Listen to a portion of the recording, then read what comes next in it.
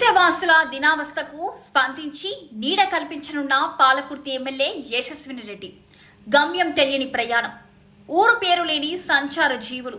గత 60 సంవత్సరాల నుండి ఎండకు ఎండుతూ వానకు నానుతూ ఉండటానికి గూడు, కడుపు నిండా తినడానికి కూడు లేని నిరుపేద సంచార వాసులు.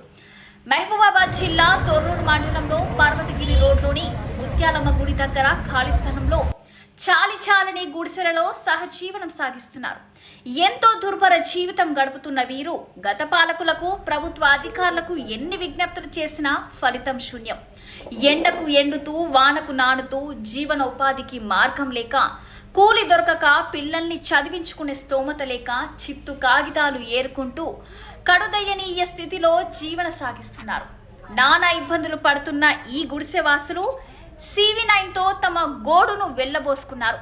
ఎన్నికల సందర్భంగా ఇచ్చిన వాగ్దానాలను నెరవేరుస్తూ అన్ని వర్గాల ప్రజల ఆకాంక్షలను తీరుస్తున్న పాలకుర్తి ఎమ్మెల్యే యశస్విని రెడ్డి వీరి దినావస్థను గమనించి వారికి పక్క ఇళ్లను, అన్ని సౌకర్యాలను కల్పిస్తానని హామీ ఇచ్చారు. ఇప్పుడు పాలకుర్తి నియోజకవర్గం తొర్రూరు డివిజన్లోని ప్రభుత్వ పాఠశాల పక్కన మనకు అన్నారం రోడ్ నుంచి చింతలపల్లి రోడ్డు పోయే మార్గ మధ్యంలో దేవాలయం, దుర్గామాత దేవాలయం ఉన్నది. ఆ పక్కన ఈ వీళ్ళు గుడిసెవాసులు గత 60 సంవత్సరాల నుంచి ఇదే ప్రాంతంలో ఉంటున్నామని చెప్పేసి అంటున్నారు. అయితే 60 సంవత్సరాల నుంచి వీళ్ళు ఎలాంటి చదువు లేకుండా పాఠశాల పోయే విద్యార్థులు కూడా పోకుండా వీళ్ళు కూలీనాలు చేసుకొని బతుకుతున్నారు. గత సంవత్సరంలో అంటే గత 2 సార్లు ఓట్లు వేసాము ఎన్నికలప్పుడు. అప్పుడు కూడా గత ప్రభుత్వం ఏం చేయలేదు. కొత్త ప్రభుత్వం వచ్చింది, ఏదైనా చేస్తుందన్న ఆలోచనతో వీళ్ళు ఉన్నారు.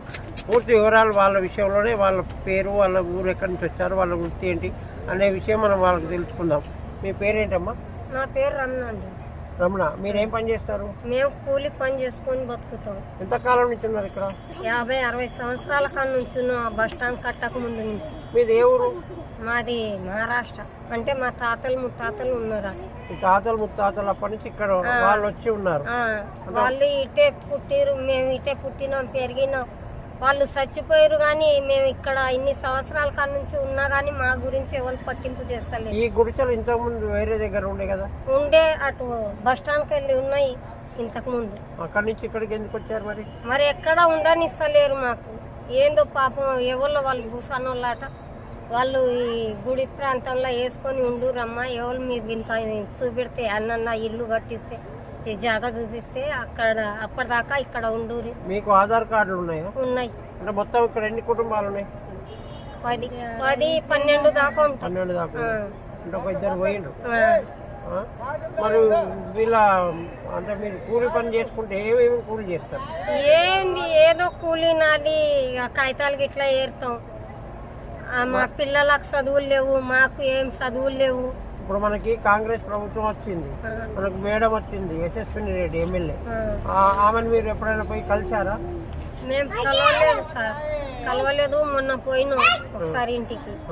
అయితే నేను ఇప్పుడే కదా గెలిచింది, ఇంతకుముందు అది కేసీఆర్ ప్రభుత్వం ఉండే, అప్పుడు వాళ్ళు ఏం చేయలేదు. మేము కూడా చూస్తాం, చేస్తాం అని చెప్పిర్రు ఆ మేడం కూడా. ఆమె మాట మీద మేము వెళ్ళొచ్చినాం. వర్షాకాలంలో మొత్తం మీకు ఇవన్నీ నీళ్ళు పడతాయి? నీళ్ళే ఉంటాయి, దోమలు, పాములు, తేళ్ళు. కరెంటు ఉంటే ఉంటుంది, లేకపోతే ఉండదు. ఇక మా బతుకులు ఇట్లే తెల్లారుతాయి. మొత్తం మీరు చీకట్లోనే ఉంటారు? చీకట్లోనే ఉంటాం. చిన్న పిల్లలు ఉన్నారు, వాళ్ళు ఎలా? మరి మేము ఎవరితో చెప్పుకున్నా మా బాధలు ఎవరు పట్టింపు చేస్తలేరు సార్. అట్లా మా పరిస్థితి.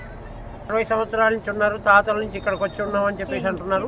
అదే వీళ్ళు మహారాష్ట్ర అని చెప్తున్నారు. మహారాష్ట్ర కూడా అవునా కాదా కూడా అది వాళ్ళకు కూడా తెలియదు. అయితే ప్రతి వర్షాకాలం వీళ్ళు ఇక్కడ నీళ్ళల్లోనే ఉంటారు. పాములు, తేళ్ళు, మనకు దారిమ్మడి పోయే వాళ్ళకు కూడా పాములు, తేళ్ళు కనపడితే వాళ్ళు చూపిస్తారు. ఎన్నోసార్లు ఇట్లాంటి సంఘటనలు జరిగాయి. అయితే వీళ్ళకి ఆధార్ కార్డు ఉంది. ఈ విషయంలో ఏంటంటే ఇప్పుడు గెలిచిన అంటే కొత్తగా వచ్చిన కాంగ్రెస్ పార్టీలో ఎమ్మెల్యే యశస్విని రెడ్డి కూడా వారిని కూడా కలవటం జరిగిందని చెప్పేసి అంటున్నారు. వారికి వీరు న్యాయం చేస్తారనే నమ్మకం వీళ్ళకి ఒకటి ఉంది. ప్రభుత్వం అనే ఇప్పుడు స్థానిక ఎమ్మెల్యే యశస్విని రెడ్డి కూడా వీళ్ళని కడు నిరుపేదలు కనుక వీళ్ళకి ఎలాంటిది ఒక న్యాయం చేసి ఒక చిన్న, వాళ్ళు వేరే ఏమి అడగట్లేదు, కానీ ఒక ఇల్లు, డబుల్ బెడ్రూమ్ కానీ ఎక్కడైనా వేరే పర్మనెంట్గా ఉండడానికి మాకు ఒక ఇల్లు చూపించమని చెప్పేసి అంటున్నారు. CV9 మనోహర్ స్వామి.